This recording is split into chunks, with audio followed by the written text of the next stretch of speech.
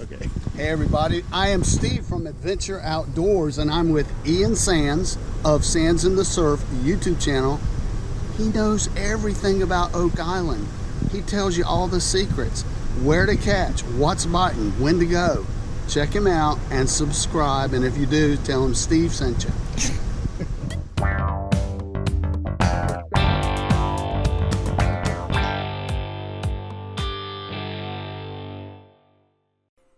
All right, my Oak Island fishing friends, this first scene is going to be a precursor to the disappointment this entire video is going to be. My wife and I decided we would go to Bernie's and get some of those delicious filled croissants they have. If you've never been there, you need to go. But when we arrived, they were closed. What a disappointment. Hey, this video is about different fishing spots. I'm going to show you the map right here. The first spot we're going to is the Hot Hole.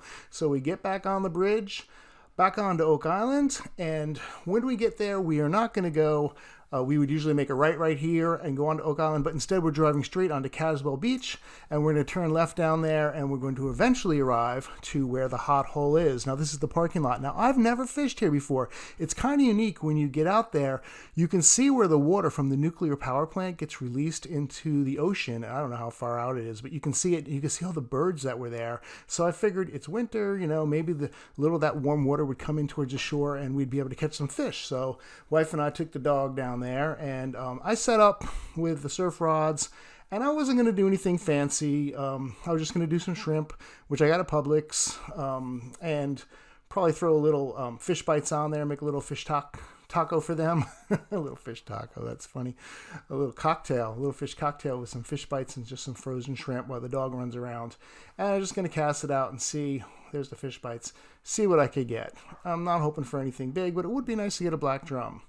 Now, I've never fished this spot before, believe it or not. I guess because I'm on the west end, mostly Oak Island, and fish down there, and I will probably go to the point before I come to the Hot Hole. But I will say I would come here again. I think this was a nice spot, had potential, but I didn't have much luck this day. Really, what I caught is right here. This pretty much sums it up. And you can see I'll bring it up closer, but it is nothing more than a little croaker. A lot of times I say if you catch croaker, you're probably casting too far, but in the winter, they seem to come in close. And you can see this is not even bigger than a finger mullet for a croaker. But I did manage this catch, and this is probably my catch of the year. I don't think I'll be able to duplicate this ever again. It's an amazing catch. I'm going to show it to you here, and if I had reeled it in, anyone would even believe I even did this. But it is not a croaker. It is not a croaker. It is actually two croakers on one hook. Can you believe that? I guess I got the first guy, and the second guy must have come over and figured he could get some of that shrimp that was still hanging on the hook, and he got himself caught in the side. So we decided to move on to our next spot, represented by the X here. This is Marymore Park. It is off of Barbie, so basically where the library is. If you take that road and you just drive north towards the ICW, you will come to Marymore Park right here. This is a small little park, and it's a small little dock, really, is all it is. I came at high tide. I think if I came at low tide, there wouldn't be any water there, or there'd be very little water. I did have to break up some people that were hanging out and having a good time, but they didn't seem to mind that I wanted to fish there, so that was good. I did bring some gulp with me. I thought, you know, maybe there's some trout in this side here. It looked pretty good for it. So I just brought a jig head here, and I'm just going to put on my little kind of a paddle tail gulp on there, nice and fresh. I just kind of measure it up with the side so I can figure out where the hook's going to come out, and then just slide that gulp right down that jig head until I feel like it's about the right spot. Pop out the hook and just push it up so it's on the little barbs there. Got some nice big eyes on there, so I really have high hopes for it. And the paddle tail looks really good in the water. It looks great. So I gave that a couple of casts out, but I couldn't get it far enough. I really wanted to reach the reeds over there, and the jig head was just a little light, and I just couldn't get it as far over as I want to. So I was not very successful with the gulp. But I do like to watch it wiggle in the water. Then I tried some shrimp again, my little shrimp cocktail, and I was successful, and I did catch a fish. And as you can see, it's a ginormous croaker. Kind of disappointing. I would fish this spot again. It looks like a really nice spot. Then I decided to move on to this is the Oak Island nature center. And I've never fished here before either. It's kind of a big park. It's got a little nature center building. It's got 2 docks.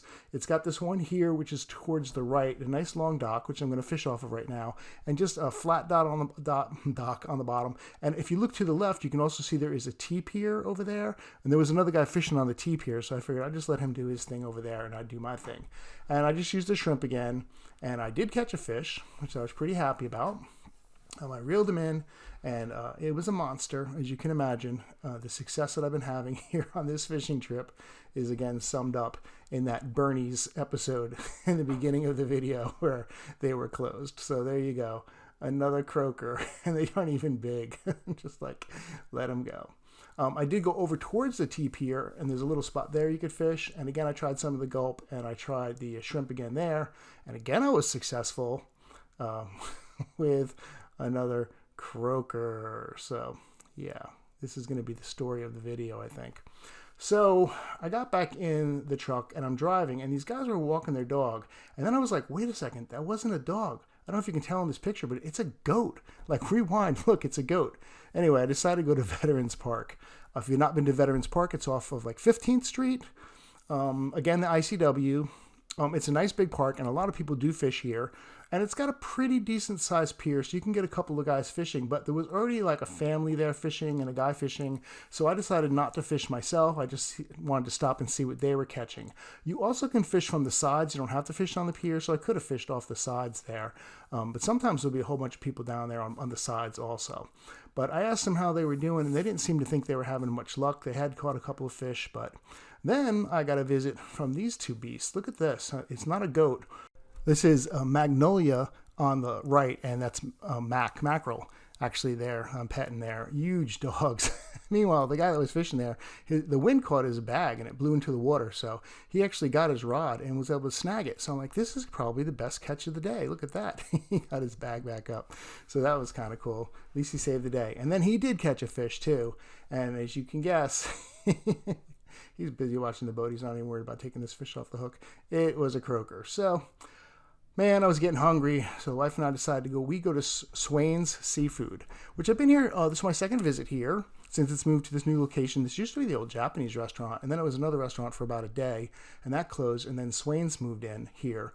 And the front's closed. I guess they're trying to do the safety with the COVID thing, so they ask you to come in the side door. If you have reservations, you can knock, and they came out and opened the door, and then we got to go in. So we're only out there for about a second. It's got a really nice bar, lots of lights, and then we walked in to the dining area, and we decided we wanted a booth, so they sat us right down.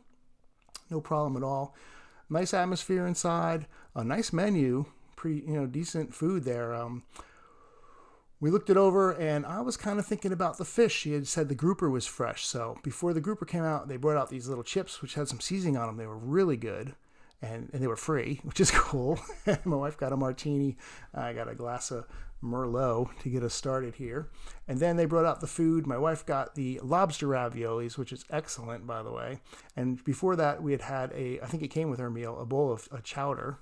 Which I ate, which is really good. And then I did get the grouper. I got it fried. I just went for it. And they give you some hush puppies, and I went with vegetables. And it was a really good meal. So I felt like I'm filled up. I'm ready to get back out there fishing. So I went over to 6th Street. This is 6th Street on the west end, and this is Davis Canal. It's a little spot. A lot of people don't know about it, so I probably shouldn't be telling you about it. And there was already a guy fishing. I will say with all these spots, if someone's fishing there, 2 people are fishing there, it's going to get filled up. They're not going to have a lot of room, and this is definitely one of those spots. Again, it was high tide. Again, I brought the gulp. Again, I brought the shrimp. And again, I caught a fish, which turned out to be, drum roll, a croaker. What a big one too, man. That's about as big as my finger right there.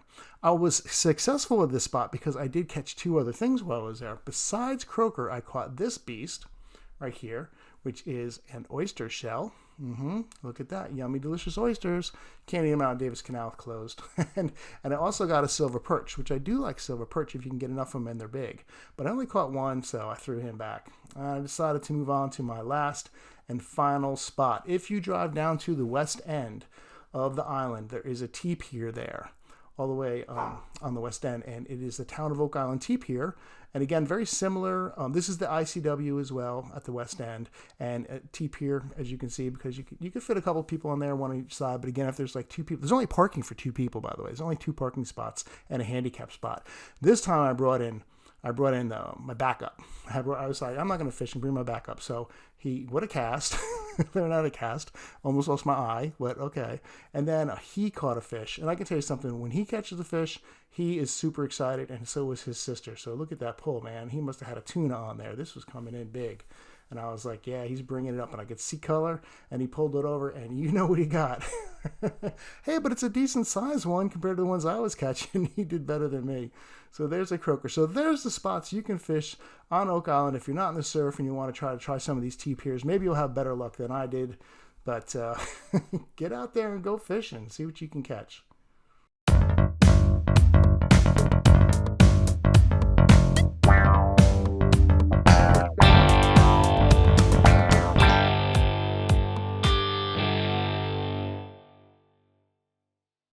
Now, if you stuck around, you get my secret location. This is the Davis Canal at the corner where it meets the ICW. Look, I got a new rod for Christmas. Is that not pretty? I got some blue braid. I thought it matched it really nice. I'm going to talk about this rod later on in another video.